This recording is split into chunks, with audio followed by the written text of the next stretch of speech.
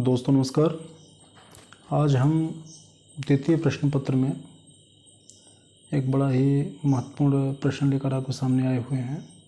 राज्य व्यवस्था का प्रश्न है और प्रश्न ये है कि भारत में प्रधानमंत्री की उभरती हुई भूमिका व प्रभावों का वर्णन कीजिए। बड़ा सीधा सा प्रश्न है कि भारत में प्रधानमंत्री की उभरती हुई भूमिका एवं प्रभावों का वर्णन कीजिए। तो हमें इस प्रश्न को दो खंडों में देख के समझना है। पहला ये कि भारत के प्रधानमंत्री की भूमिका कैसे उभर रही है, हम कैसे कह सकते हैं, हमें कुछ ऐसे साक्ष्य देने पड़ेंगे जो ये बताते हों कि भारत में प्रधानमंत्री की जो भूमिका है वह उभर के सामने आ रही है। दूसरा, हमें उसके प्रभाव भी बताने हैं। तो आपको पता है कि भारत में संसदीय व्यवस्था है। संसदीय व्यवस्था हम उसे कहते हैं जहाँ पे सरकार का प्रमुख और राष्ट्र का प्रमुख दो अलग व्यक्ति होते हैं। Head of the government and head of the state, head of the nation. ये दो अगर अलग व्यक्ति हैं तो हम कहते हैं कि ये व्यवस्था संसदीय व्यवस्था है। तो भारत में संसदीय व्यवस्था है। संसदीय व्यवस्था को हमने जो ब्रिटेन से लिया हुआ है, हमने उसको एडॉप्ट किया है।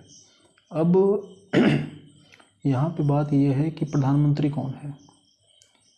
तो हमारे यहाँ जो हेड ऑफ द नेशन है, जो राष्ट्रपति हैं, राष्ट्रपति के नाम से सारे काम होते हैं, लेकिन राष्ट्रपति अपना काम एक मंत्री परिषद की सलाह से करता है, उसकी सहायता से करता है। और उस मंत्री परिषद का जो हेड है, जो मुखिया है, वह प्रधानमंत्री है। तो प्रधानमंत्री कौन है? मंत्री परिषद का हेड, अर्थात सरकार का प्रमुख है। तो ये हमें समझना पड़ेगा। प्रधानमंत्री, भारत के परिप्रेक्ष्य में प्रधानमंत्री देश का सबसे बड़ा राजनेता है। सदन का नेता होता है, सरकार का मुखिया होता है, मंत्री परिषद का हेड होता है। जो भी आप उसको भूमिका में लिखना चाहें लिख सकते हैं। हमें प्रधानमंत्री की स्थिति को पहले बता देना है, प्रधानमंत्री है को। दूसरा, हमें कुछ ऐसे साक्ष्य देने पड़ेंगे जिससे ये पता चलता हो कि प्रधानमंत्री की भूमिका भारत में वर्तमान में उभर के सामने आई है। क्योंकि हमने देखा है कि प्रधानमंत्री इतने मुखर नहीं होते थे। दूसरा, प्रधानमंत्री के आह्वान का देश की जनता पे क्या प्रभाव पड़ रहा है। कुछ उदाहरण हम ले सकते हैं, जैसे नोटबंदी की घोषणा प्रधानमंत्री ने स्वयं की और जनता से उन्होंने समय मांगा कि मुझे आप 50 दिन का समय दीजिए। जनता ने कहा ठीक है, जनता लाइन में लग गई। तो प्रधानमंत्री की अपील का असर हुआ, लोगों ने प्रधानमंत्री में अपना विश्वास जताया। दूसरा, बेटी बचाओ बेटी पढ़ाओ का नारा, जिसे जनता ने हाथों हाथ लिया। रेडियो पर मन की बात हो, उसे बहुत सारे लोग सुनते हैं, उसका अनुकरण करते हैं। दूसरा, एलपीजी पर सब्सिडी छोड़ने की बात हो, माननीय प्रधानमंत्री जी ने प्रारंभ में यह आह्वान किया था देश की जनता से कि जो लोग सक्षम हों वे एलपीजी पे सब्सिडी छोड़ सकते हैं। तो बहुत सारे लोगों ने छोड़ा भी। अगला, भारत में जो महत्वपूर्ण कल्याणकारी योजनाएं की घोषणा होती है, आप लोगों ने ध्यान दिया होगा, उसे जो प्रधानमंत्री करते हैं। क्योंकि प्रधानमंत्री जी को और जनता को एक दूसरे पे बड़ा अटूट सा विश्वास है। उन्हें लगता है कि नहीं, माननीय प्रधानमंत्री जी जो कह रहे हैं वो सही कह रहे हैं, हमारे भले के लिए कह रहे हैं, तो जनता उसको स्वीकार कर लेती है। और सबसे बड़ी बात कि प्रधानमंत्री कार्यालय पिछले कुछ वर्षों में, पिछले 8-9 वर्षों में एक शक्तिशाली केंद्र बन के उभरा है। सत्ता का केंद्र, शक्ति का केंद्र। फैसले वहीं से लिए जा रहे हैं, किसी अन्य कार्यालय से नहीं लिए जा रहे हैं। तो इन सब बातों को ध्यान में रखते हुए हम इसमें सर्जिकल स्ट्राइक को भी मेंशन कर सकते हैं। मतलब हमें ऐसे एग्जाम्पल देने हैं जिसमें प्रधानमंत्री का आह्वान और देश की जनता को उसे स्वीकार करना एक हमें स्पष्ट रूप से दिखता हो। तो ये हमारे क्वेश्चन का पहला पार्ट था कि आखिर कैसे जो है प्रधानमंत्री की भूमिका उभरती हुई हमको दिखाई दे रही है। फिर इसके अगले पार्ट पे अगर हम बात करेंगे कि प्रधानमंत्री की भूमिका उभरने से प्रभाव क्या पड़ा है, तो प्रभाव की अगर हम बात करें तो संविधान में स्पष्ट रूप से लिखा है कि मंत्रिपरिषद सामूहिक रूप से लोकसभा के प्रति उत्तरदायी है। मंत्रिपरिषद सामूहिक सलाह राष्ट्रपति को देगी, व्यक्तिगत सलाह नहीं। हमने सामूहिक शब्द पे जोर दिया है, मतलब कलेक्टिव रिस्पॉन्सिबिलिटी, एक सहकार की भावना होगी, आपस में चर्चा की भावना होगी।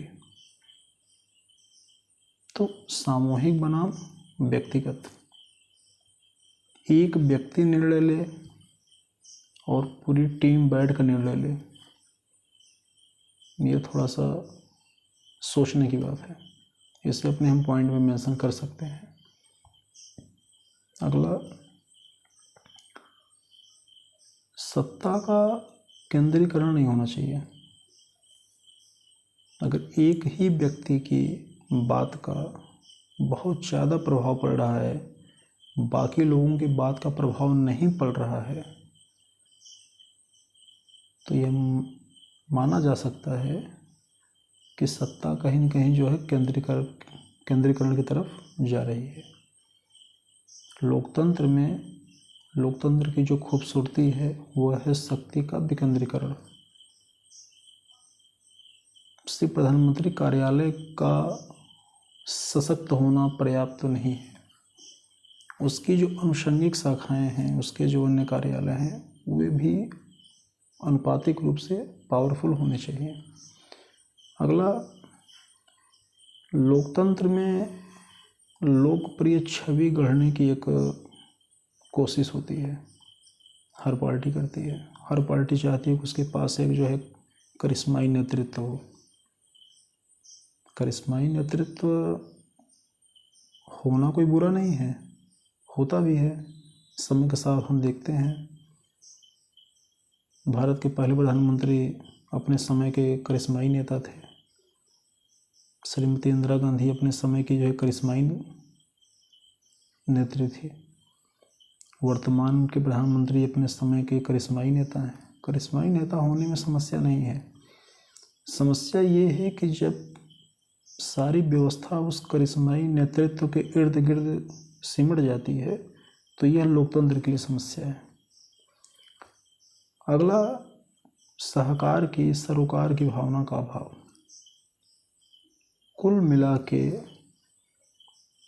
सारे पॉइंट्स का लब्बुलुआब ये है, लिखना आपको अपने ढंग से है। सारे पॉइंट्स का लब्बुलुआब ये है कि व्यवस्था एक व्यक्ति पे सेंटर्ड नहीं होनी चाहिए। एक व्यक्ति पे सेंटर्ड होने से समस्या क्या है? समस्या ये है कि हमें विचार विमर्श की जो हमारी विधा है वह प्रभावित होगी, वह धूमिल होगी। हमारी आपसी चर्चा जो होती है वह प्रभावित होगी। शक्तियों का विकेंद्रीकरण न होकर केंद्रीकरण होगा। अन्य दलों की तरफ से भी लोकप्रिय छवि गढ़ने का प्रयास होगा। लोकप्रिय छवि तमाम समस्याओं को, तमाम बुराइयों को ढक लेती है, ये अच्छे से पता है। जो हमें पसंद आता है हमें उसकी कमी भी नहीं दिखाई देती।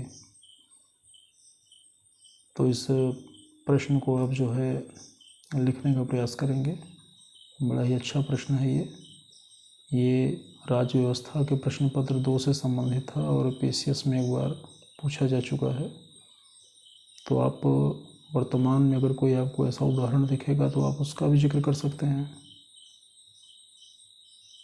आज के लिए इतना ही। तब तक के लिए नमस्कार। आप चैनल को देखते रहें, लाइक करें, शेयर करें, सब्सक्राइब करें। धन्यवाद।